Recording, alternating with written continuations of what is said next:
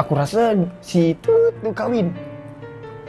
Aku keluar dari JT tu, aku bawa motor masa tu. Hujan turun, bro. Oi, macam dalam movie. Aku bawa motor, hujan. Boleh tahu motor apa? Motor Honda Future warna oranye. Okey. Motor buruk lah. Aku parking dekat tepi rumah dia. Ramai orang. Sakitnya bang. Aku call guna nombor baru aku. Okey. Dia tak tahu nombor tu. Dia angkat, bro. Oi. Memang. Lepas tu, masa aku call dia tu, kau bayangkan, dia dekat luar tengah salam tetamu. Pakai baju pengantin, bro. Sakitnya sial. Aku tengok dia. Aku call dia, hujan-hujan.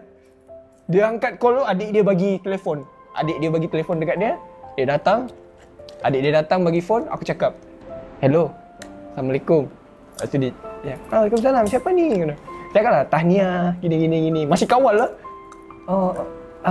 Ya, terima kasih," dia cakap. "Siapa ni ah?" Terus aku bagi tahu nama aku. Harry Bani aku cakap. Harry Bani. Terus dia matikan. Terus dia tengok aku, bro. Dia pusing tengok aku. Oi. Epic gila cerita ni. Ini boleh buat movie, bro. Sumpah memang boleh buat movie. Dia pusing, dia tengok aku tengok dia. Menangis aku situ, bro. Aku jalan. Lepas daripada benda tu, tak ada dah. Dan sekarang ni baru je sebelum aku masuk AI team, aku dapat tahu dia dah ada anak dah. Nikah dahulu ah. Masa dia tinggalkan aku tu, kau tahu tak? Mak aku meninggal masa tu. Allahu Akbar.